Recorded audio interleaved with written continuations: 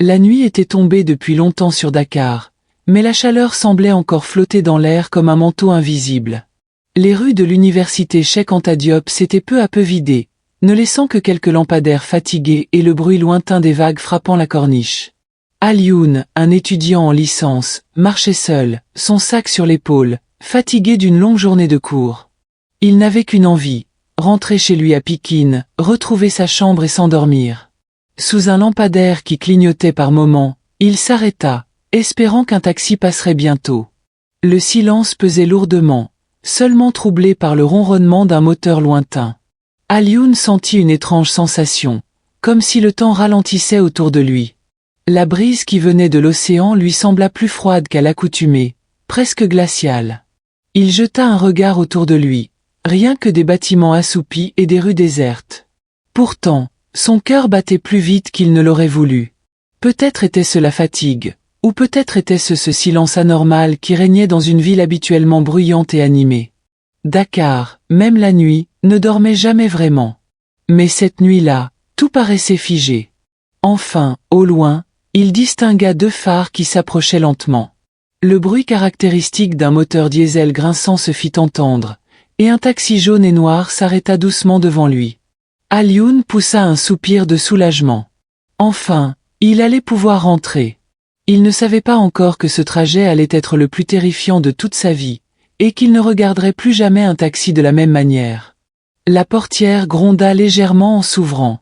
Le chauffeur, caché sous une vieille casquette, ne leva pas les yeux vers Alioune. Sa main osseuse et pâle fit un signe bref pour l'inviter à monter. La voix qui en sortit, rauque et grave, résonna étrangement. « Monte !» Alioune hésita une seconde. Il sentit son estomac se nouer, mais la fatigue l'emporta. Il entra à l'arrière et claqua la portière. L'odeur à l'intérieur du taxi était étrange, un mélange de cuir usé, de poussière, et d'autres choses qu'il n'arrivait pas à définir, comme une odeur métallique, âcre. Le chauffeur ne dit rien. Il démarra brusquement, et la voiture s'élança dans la nuit. Alioune observa les mains du conducteur sur le volant, longues, minces, presque décharnées. Il détourna vite le regard, pensant qu'il devenait paranoïaque. Après tout, ce n'était qu'un vieux chauffeur, fatigué, comme beaucoup d'autres à Dakar. Mais quelque chose ne collait pas. Depuis qu'il était monté, Alioune avait l'impression que l'air dans le taxi était plus lourd, plus étouffant. Comme si chaque respiration demandait plus d'effort. Il voulut engager la conversation, poser la question habituelle. « Pikine, ça vous arrange ?» Mais aucun son ne sortit de sa bouche. C'était comme si sa voix s'était coincée dans sa gorge. Il se contenta de s'adosser, espérant que le trajet soit rapide. Pourtant, au fond de lui, une inquiétude grandissait. Il ignorait que ce silence allait devenir de plus en plus insupportable. La voiture roulait vite. Trop vite. Les lumières des rues défilaient comme des éclairs, et Alioune eut le sentiment que le chauffeur ne respectait aucun feu ni aucun carrefour.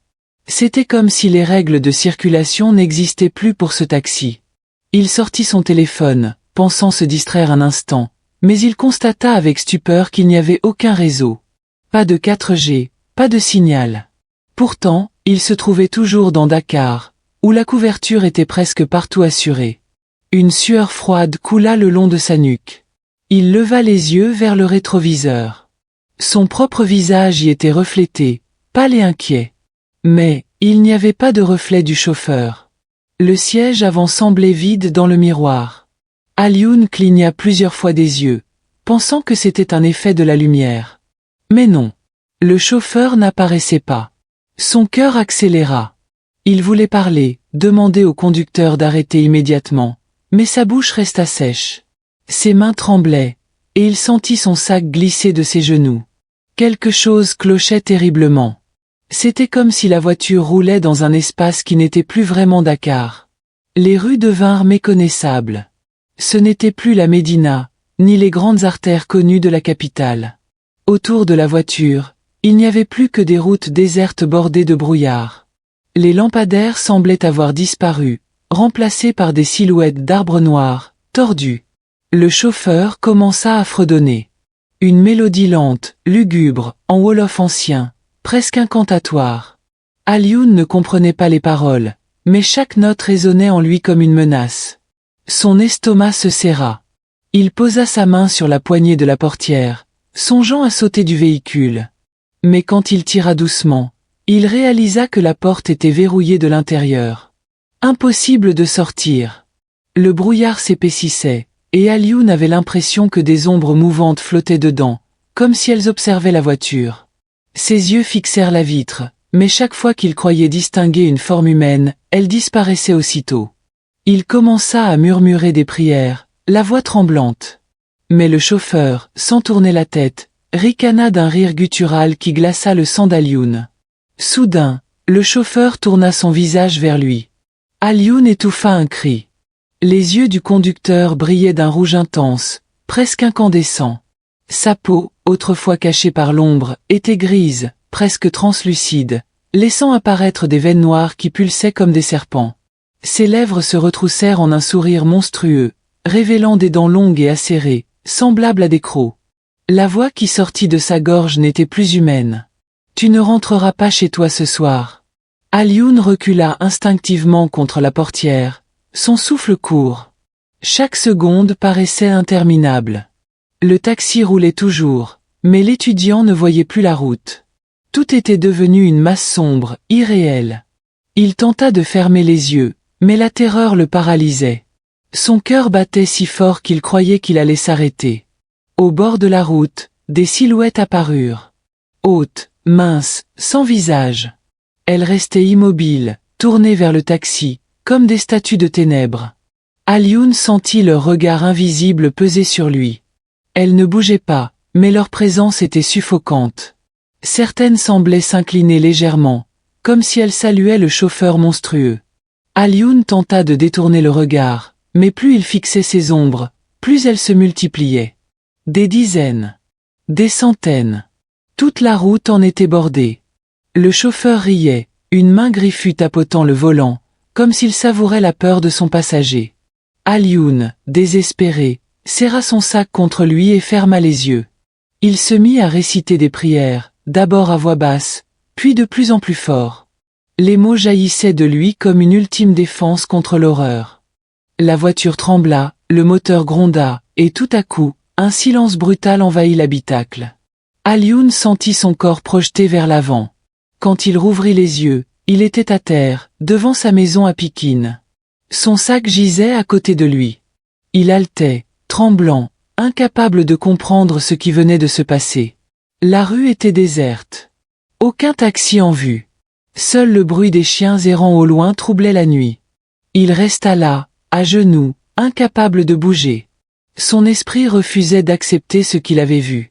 Alors qu'il ramassait son sac, il sentit quelque chose dans sa main. Une pièce de métal froide. Il la regarda à la lumière du lampadaire. C'était une vieille pièce rouillée, gravée de symboles étranges, qu'il n'avait jamais vus auparavant. Alioune sentit son sang se glacer. Ce n'était pas un rêve. Quelque chose s'était réellement passé. Le lendemain, il raconta son histoire aux anciens du quartier. Certains hochèrent la tête, graves. Ils connaissaient la légende. On parlait depuis des générations d'un taximan des esprits, qui apparaissait certaines nuits pour emmener les âmes des vivants. Alioune, lui, ne prit plus jamais de taxi après minuit. Dans les profondeurs de l'Afrique de l'Ouest, là où les contes se confondent avec la réalité, une histoire hante encore les mémoires. Une histoire d'amour, mais aussi de mystère, celle d'Aminata, une jeune fille qui, par un étrange destin, se maria avec un revenant. Certains disent que ce n'est qu'une légende. D'autres, au contraire, jurent que cela s'est réellement passé. Mais une chose est sûre, ce récit n'a jamais cessé de glacer le sang de ceux qui l'entendent. Aminata vivait dans le village de Ndiaré, un lieu entouré de collines verdoyantes et de forêts épaisses où les légendes circulaient plus vite que le vent. Depuis son enfance, elle était considérée comme une bénédiction. Les anciens disaient que sa naissance avait coïncidé avec une pluie miraculeuse qui avait sauvé les récoltes d'une grande sécheresse. Cela renforçait l'idée qu'elle n'était pas une fille comme les autres, mais une élue du destin. Chaque matin, lorsqu'elle traversait le marché avec son panier sur la tête, tous les regards se tournaient vers elle. Sa beauté n'était pas seulement physique, elle avait une douceur dans la voix, un éclat dans les yeux, une démarche empreinte de dignité. Les hommes du village rivalisaient de cadeaux et de promesses pour obtenir sa main, mais Aminata restait insensible. Elle souriait poliment, puis refusait, toujours avec grâce. Ses parents, surtout sa mère, s'inquiétaient de la voir repousser toutes ses propositions. « Ma fille, la vie passe vite. Une femme doit fonder une maison, avoir des enfants, » lui répétait-elle. Mais Aminata secouait la tête, affirmant que le moment n'était pas encore venu. Elle semblait attendre quelque chose, ou peut-être quelqu'un, sans vraiment savoir quoi. Au fil des années, les rumeurs commencèrent à circuler. Certains pensaient qu'elle avait déjà donné son cœur à un homme secret. D'autres murmuraient qu'elle était sous l'influence des esprits, protégée par une force invisible. Mais Aminata restait silencieuse, gardant au fond d'elle un pressentiment étrange qui la suivait depuis l'enfance, celui d'être observée, comme si une présence veillait sur elle depuis l'ombre. Et c'est ce pressentiment, ignoré par les siens, qui allait bientôt bouleverser sa vie pour toujours. Car Aminata ne savait pas encore que son destin était déjà scellé, non pas par les vivants, mais par les morts. Un soir, le soleil venait à peine de disparaître derrière les collines lorsqu'Aminata prit le chemin de la forêt pour rentrer chez elle. Elle connaissait cet endroit par cœur, mais ce jour-là, une atmosphère étrange planait. Le vent s'était tu, les oiseaux avaient cessé leur chant et même les insectes semblaient se cacher. L'air était lourd, chargé d'une brume inhabituelle qui s'accrochait aux arbres. En approchant du grand fromager sacré, elle distingua une silhouette. Un homme se tenait là, immobile, comme s'il l'attendait. Aminata s'arrêta net, son cœur battant la chamade. L'homme était grand, vêtu d'un pagne ancien, et son visage paraissait à la fois familier et inconnu. Ce qui la troubla le plus fut la manière dont il semblait flotter légèrement au-dessus du sol. Il prononça son nom, Aminata. Sa voix résonna doucement dans la forêt, comme un souffle porté par le vent. Elle recula instinctivement, le souffle court. Comment cet étranger connaissait-il son nom? Jamais elle n'avait vu son visage auparavant, et pourtant, elle eut l'impression étrange qu'il la connaissait depuis toujours. L'homme fit un pas en avant. La brume s'épaississait autour de lui, mais ses yeux brillaient d'une lumière irréelle. Aminata sentit ses jambes trembler, mais quelque chose la retenait sur place. Elle voulait fuir, mais son corps refusait d'obéir. Elle était prisonnière d'un mélange de peur et de fascination. Elle murmura d'une voix hésitante, « Qui êtes-vous » L'homme esquissa un sourire triste, et dans ce sourire, Aminata comprit que sa vie venait de basculer. Car ce n'était pas un simple homme qui se tenait devant elle, mais un revenant, une âme arrachée au repos, revenu du royaume des morts. Le silence qui suivit fut si lourd qu'Aminata crut entendre son propre cœur battre. L'homme s'avança encore d'un pas, et la lumière de la lune révéla les traits de son visage. Noble, sévère, mais empreint d'une mélancolie profonde. Ses yeux, d'un éclat surnaturel, semblaient traverser son âme. Il parla d'une voix lente, mesurée. « Je ne suis plus de ce monde.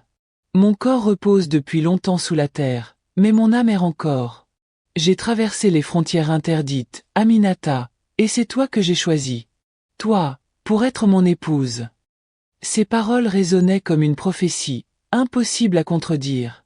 Aminata sentit ses jambes faiblir. Tout en elle criait de fuir, mais une force invisible la clouait sur place. Cet homme n'était ni un vivant, ni un simple esprit.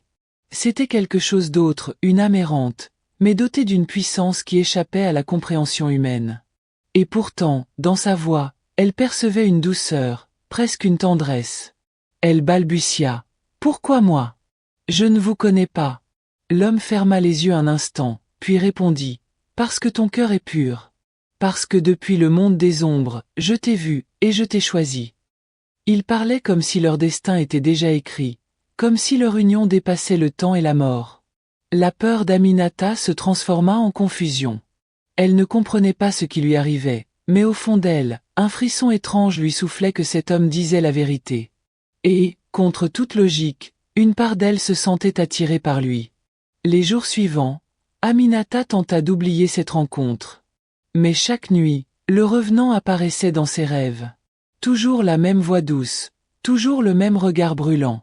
Elle se réveillait en sueur, le cœur battant, incapable de chasser son image de son esprit. Peu à peu, la peur laissait place à une curiosité troublante. Elle cessa de parler de cette rencontre à ses proches. Comment aurait-il pu la croire? Qui aurait accepté qu'un esprit errant veuille l'épouser? Elle gardait ce secret enfoui en elle, mais son comportement changeait. Elle devenait plus distraite, plus silencieuse, comme si son esprit était ailleurs. Une nuit, il apparut de nouveau, mais cette fois devant sa maison. Elle sursauta en le voyant, mais au lieu de fuir, elle resta immobile. Il lui dit: « Je suis venu te demander ta main, Aminata. Ta vie changera à jamais, mais je t'aimerai au-delà de la mort. » Sa voix résonnait comme une promesse éternelle, irrésistible. Aminata sentit un mélange d'effroi et de fascination. Tout son être voulait dire non, mais ses lèvres tremblaient, incapables de prononcer un refus. Elle pensa à sa solitude, à ses rêves, à ce sentiment d'être observée depuis toujours. Peut-être que cet homme était la réponse, peut-être que son destin était lié au sien. Et dans un souffle presque inaudible, elle répondit « Oui ». Une simple parole, mais qu'il y a désormais son existence à celle d'un revenant. La nuit du mariage, une atmosphère surnaturelle enveloppa le village. Le ciel était sans étoiles, et la lune, cachée derrière les nuages, laissait à peine filtrer une lumière blafarde. Aminata, vêtue d'un pagne blanc immaculé, avançait vers le lieu de la cérémonie, le cœur battant. Mais ce qui l'attendait n'avait rien d'un mariage ordinaire. Autour d'elle, des silhouettes floues semblaient se tenir comme des invités, mais leurs visages étaient indistincts, comme des ombres flottantes. Les tambours résonnaient dans le lointain, mais aucune main ne frappait dessus. Tout semblait irréel, comme si elle marchait dans un rêve. Le revenant apparut, vêtu de la même tenue ancienne que lors de leur première rencontre.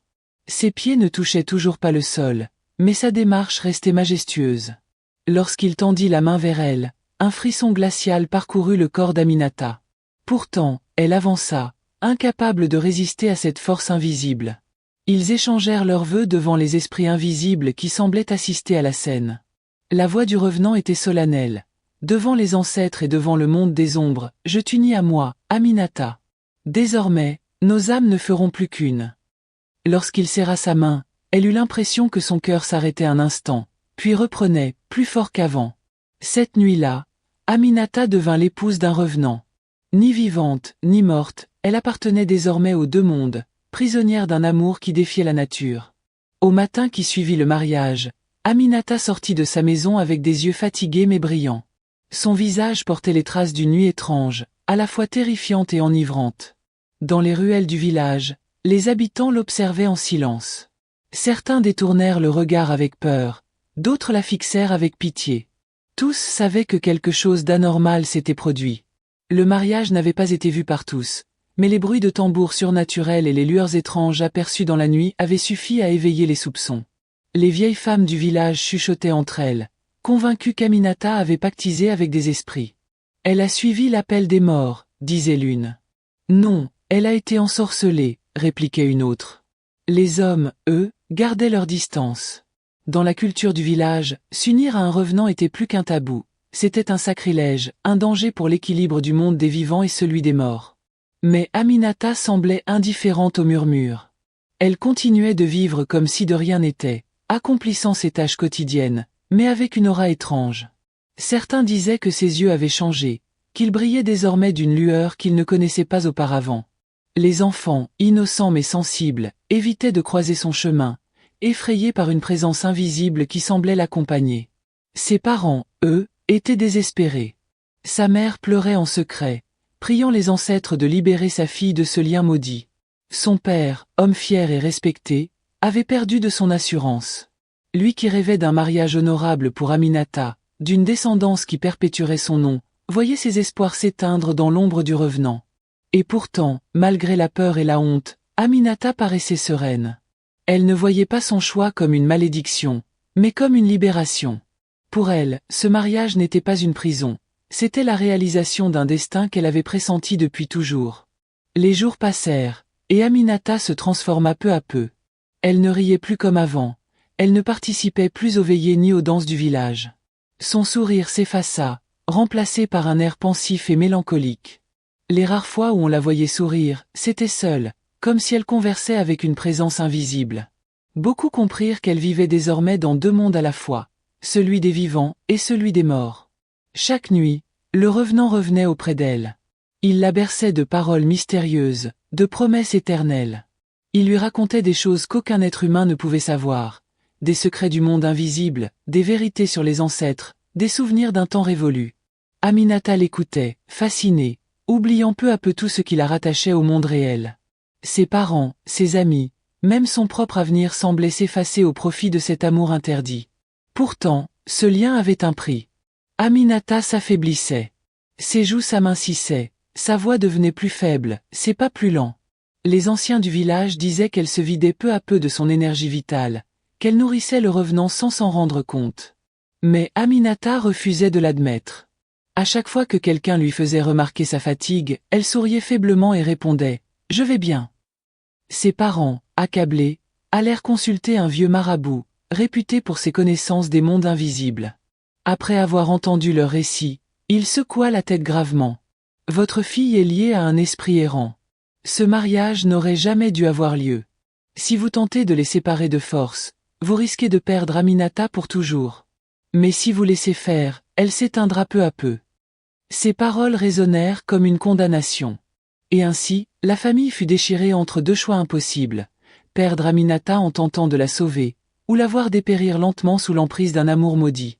Mais Aminata, elle, ne semblait pas souffrir.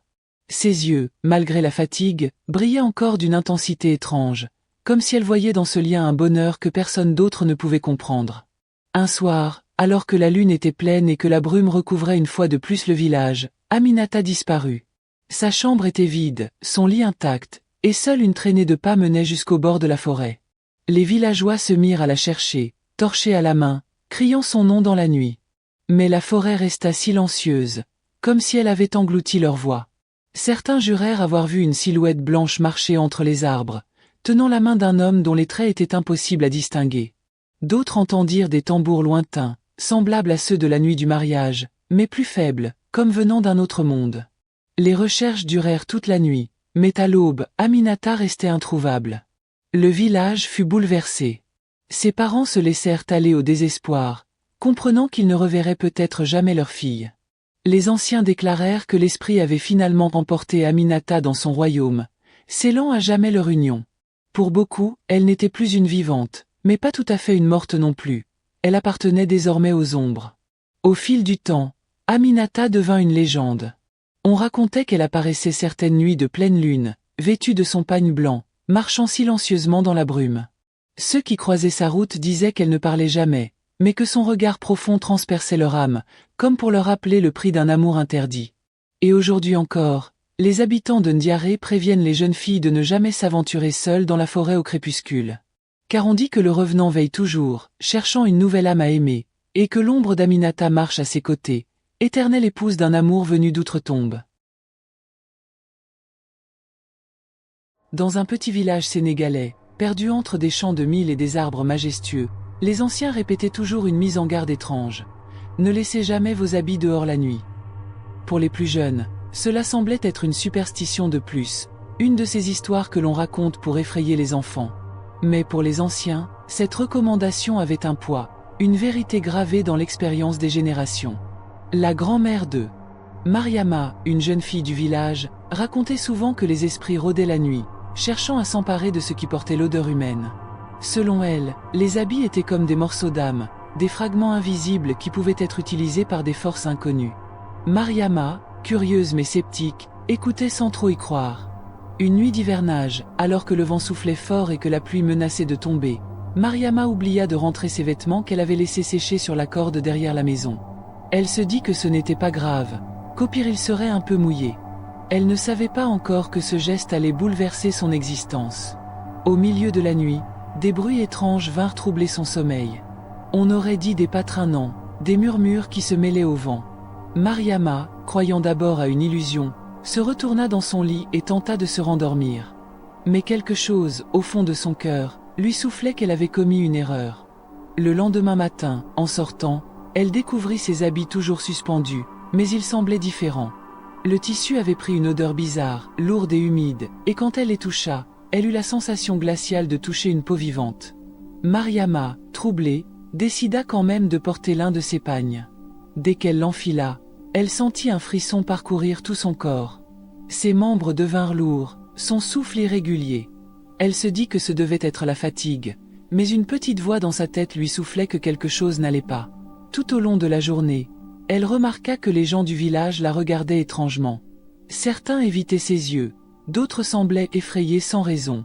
Son reflet dans l'eau du puits lui sembla aussi étrange. Ses yeux paraissaient plus sombres, presque vides, comme s'ils n'étaient plus totalement les siens. Sa grand-mère, en la voyant rentrer, sursauta et murmura « Tu as porté tes habits restés dehors cette nuit ?» La vieille femme se signa, murmurant des prières pour repousser ce qu'elle appelait les visiteurs de l'ombre. Mariama, elle, oscillait entre scepticisme et peur. Cette nuit-là, elle tenta de dormir, mais des cauchemars terribles la tourmentèrent. Elle rêva d'ombres qui portaient ses habits, d'êtres sans visage qui dansaient autour de sa case, ricanant de manière inhumaine. Chaque fois qu'elle essayait de leur arracher ses vêtements, ils disparaissaient en fumée. Au réveil, elle se sentit épuisée, comme si elle n'avait pas dormi. Son corps portait des marques, de fines griffures sur ses bras et son cou, comme si quelque chose avait réellement marché sur elle dans son sommeil. Le 3e jour, Mariama commença à remarquer que ses vêtements semblaient bouger légèrement, même quand il n'y avait pas de vent. Elle se disait que c'était son imagination, mais au fond d'elle, elle savait que ses habits avaient changé. Sa grand-mère, inquiète, convoqua les anciens du village. Ceux-ci racontèrent des histoires effrayantes, des gens qui avaient laissé leurs vêtements dehors et qui avaient été pris par les esprits. Certains n'étaient jamais revenus, d'autres étaient devenus fous. Mariama les écoutait, le cœur serré. Cette nuit-là, les bruits reprirent autour de sa case. Des pas, des rires étouffés, des coups contre les murs. Mariama, tremblante, n'osa pas sortir.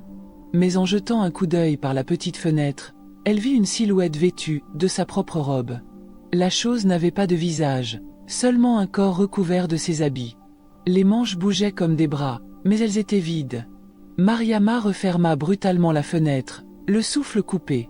Elle comprit alors que ce n'était pas un simple cauchemar. Elle passa la nuit éveillée, priant et récitant les sourates que sa grand-mère lui avait apprises. Mais les bruits continuaient, et au petit matin, sa robe qu'elle avait vue dehors était de nouveau accrochée à la corde, comme si de rien n'était. Les jours suivants, Mariama se sentit de plus en plus faible.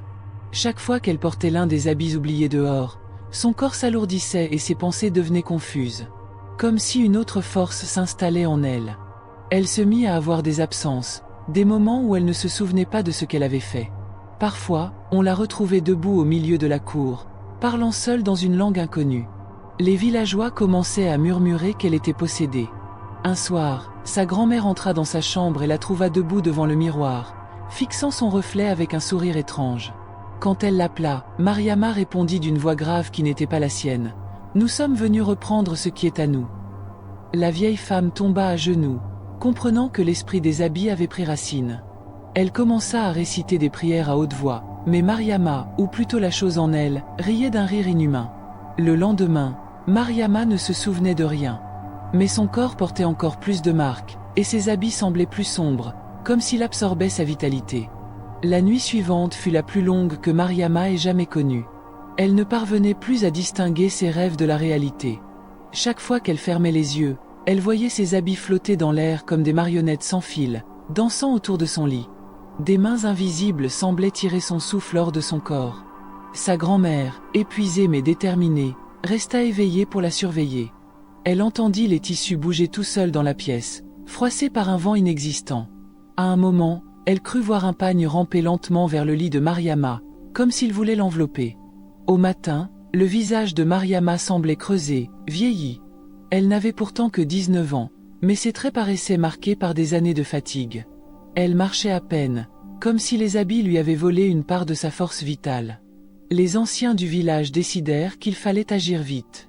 Ils racontèrent qu'un marabout, vivant à plusieurs kilomètres de là, était le seul capable de briser l'emprise des esprits sur Mariama. Mais le trajet serait long, et la nuit menaçait déjà de tomber. Sa grand-mère prit alors la décision de l'emmener avant qu'il ne soit trop tard. Elle enveloppa Mariama dans un grand boubou blanc, censé protéger contre les influences maléfiques, et pria pour que le chemin ne soit pas interrompu par les créatures de l'ombre. Le voyage se fit à travers des sentiers obscurs, bordés de baobabs dont les ombres ressemblaient à des géants endormis. Mariama, presque inconsciente, murmurait des paroles étranges dans une langue que sa grand-mère ne comprenait pas. Parfois, elle ouvrait les yeux et ses pupilles brillaient d'un éclat rougeâtre. Plus elles avançaient, plus le vent semblait souffler dans une direction contraire, comme si la nature elle-même s'opposait à leur marche. Les arbres craquaient, les herbes bruissaient, et au loin, des silhouettes semblaient les observer. À un moment, Mariama se mit à se débattre, criant d'une voix gutturale « Laissez-nous, elle est à nous !» Sa grand-mère la serra plus fort et récita des prières, chaque mot résonnant comme une arme contre l'entité qui s'exprimait à travers sa petite fille. Après des heures de lutte et de marche, elles atteignirent enfin la demeure du marabout. C'était une vieille case entourée de talismans et de peaux séchées, avec une odeur forte d'encens et de plantes médicinales. L'homme les attendait déjà, comme s'il savait qu'elle viendrait. Le marabout regarda Mariama avec gravité, puis déclara d'une voix ferme « Ce n'est pas elle que vous avez amenée, ce sont eux. » Sa phrase glaça la grand-mère, qui comprit que les esprits étaient déjà trop profondément liés à Mariama. Le marabout fit entrer Mariama dans une petite pièce éclairée par une seule lampe à huile. Les murs étaient couverts d'inscriptions mystérieuses, et des calebasses remplies d'eau et de poudre y étaient disposées. L'air semblait plus lourd, presque suffocant. Mariama fut allongée au sol, et le marabout commença à tracer des signes autour d'elle. Il récitait des incantations dans un mélange de wolof et d'arabe ancien. Sa voix vibrait dans toute la pièce, comme si chaque mot avait un poids surnaturel. Les habits de Mariama, posés à côté d'elle, commencèrent à bouger tout seuls. Le pagne se souleva, la robe se mit à trembler, et une odeur nauséabonde emplit la pièce. Le marabout continua sans s'interrompre, transpirant abondamment. Soudain, Mariama se redressa d'un bond, ses yeux totalement noirs. Une voix multiple sortit de sa bouche, un mélange de cris et de rires. « Tu ne peux pas nous chasser, elle nous appartient désormais », hurlait-il. La grand-mère recula, terrifiée. Le marabout jeta alors une poudre blanche sur Mariama, et ses habits s'enflammèrent sans brûler. Les esprits se mirent à hurler, leurs cris résonnant comme des éclairs dans la nuit. La bataille spirituelle était à son comble. Le rituel dura des heures, et la lutte sembla interminable. Le marabout récitait, frappait le sol avec son bâton, et jetait des herbes sur Mariama.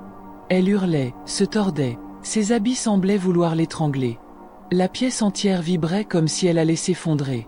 Finalement, après un dernier cri assourdissant, Mariama tomba inerte au sol. Ses habits, eux, se réduisirent en poussière, comme consumés par une flamme invisible. Un silence lourd envahit la pièce, seulement troublé par la respiration haletante du marabout. Mariama ouvrit lentement les yeux. Ils étaient redevenus normaux. Elle pleurait, tremblante, se jetant dans les bras de sa grand-mère. L'esprit semblait enfin parti. Mais le marabout, en secouant la tête, prévint « Ce n'est jamais fini.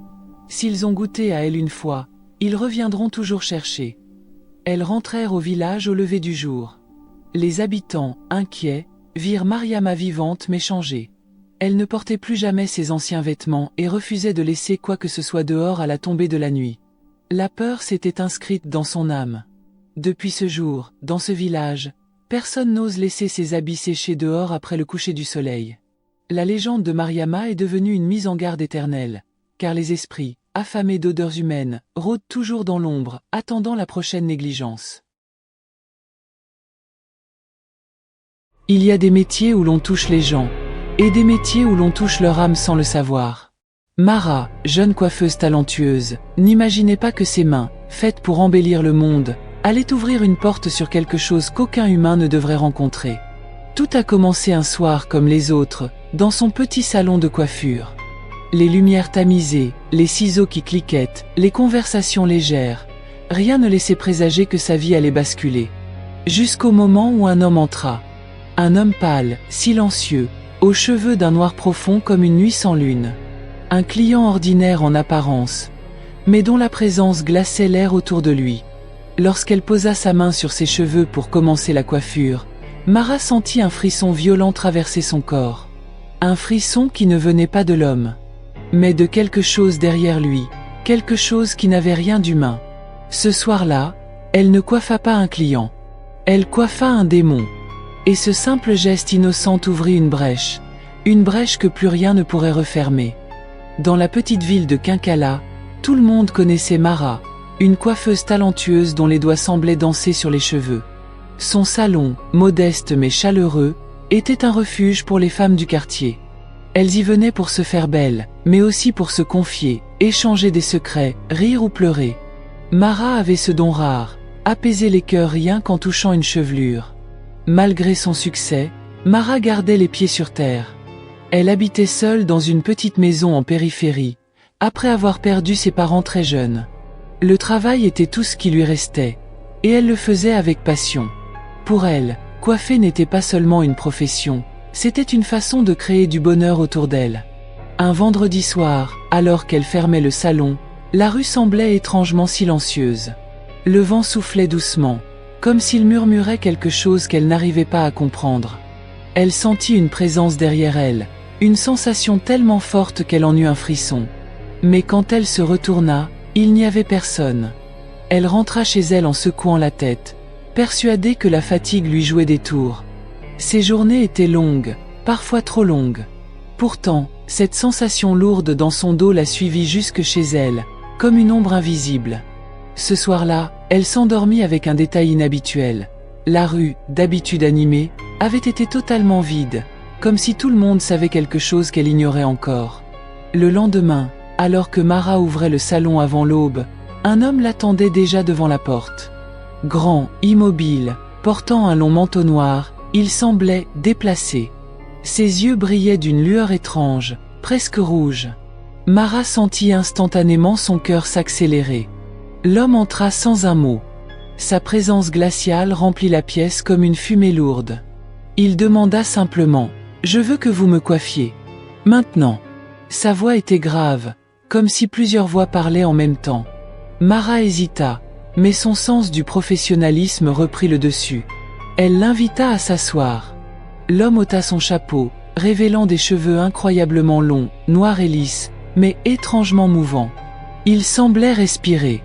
Elle commença à travailler, mais à chaque fois que ses doigts touchaient les mèches, elle ressentait comme une décharge, un frisson glacial qui remontait le long de son bras.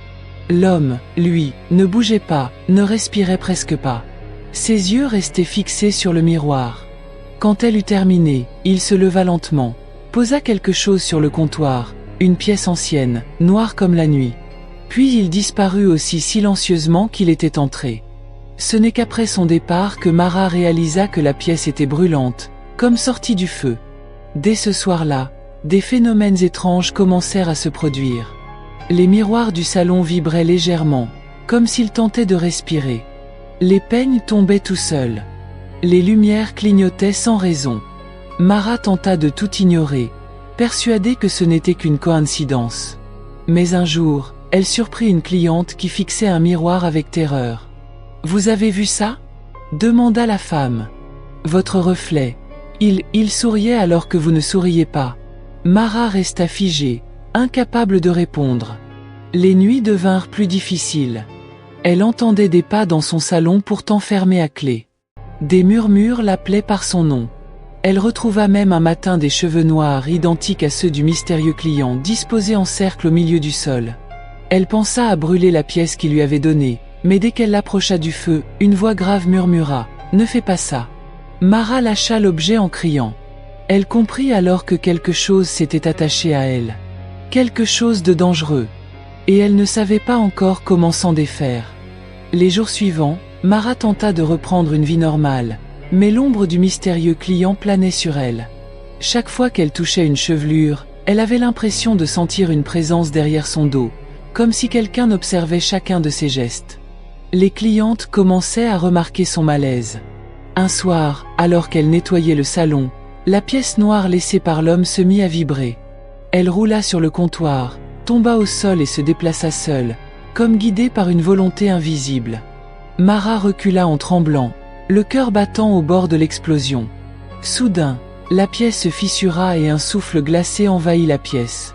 Une voix résonna dans les murs. « Tu m'as touché. Tu m'as ouvert la porte. Maintenant, je t'appartiens. » Mara se couvrit les oreilles, mais la voix semblait venir de l'intérieur même de son crâne. Elle courut chez elle, se barricada, éteignit toutes les lumières. Mais même dans l'obscurité, elle voyait des ombres bouger, comme si les murs murmuraient son nom. Elle réalisa qu'elle ne pouvait plus fuir. Ce qu'elle avait coiffé n'était pas un homme. C'était une entité. Et elle l'avait laissé entrer dans sa vie. Elle comprit qu'elle devait trouver quelqu'un, n'importe qui, capable de l'aider.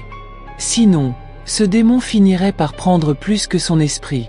Il finirait par prendre son âme. Mara se rendit chez Ngori, un devin réputé pour ses connaissances en phénomènes mystiques. Sa maison était remplie de symboles gravés, de talismans, de masques anciens. À peine avait-elle franchi la porte que le vieil homme avait déjà compris que quelque chose n'allait pas. Après l'avoir écouté, Ngori blêmit. « Ce que tu décris, ce n'est pas un être humain. C'est un taguin, un démon ancien qui se nourrit d'âme par le toucher. Quand tu as coiffé ses cheveux, tu l'as invité dans ton esprit. » Mara sentit ses jambes flancher. Le devin examina la pièce noire et recula immédiatement. « Ce n'est pas une pièce. C'est un sceau d'emprisonnement. Il a été brisé. Tu es désormais sa cible. » Il rangea ses talismans comme s'il se préparait à une guerre. Il expliqua à Mara qu'elle avait deux options, soit se soumettre au démon, soit se battre. Mais combattre une telle entité nécessitait un rituel dangereux, long et extrêmement douloureux. Et aucune garantie de réussite. Pourtant, Mara n'hésita pas une seconde. Elle préférait mourir en se battant plutôt que de finir esclave d'un démon qu'elle avait, sans le vouloir, libéré. La nuit suivante, le rituel commença.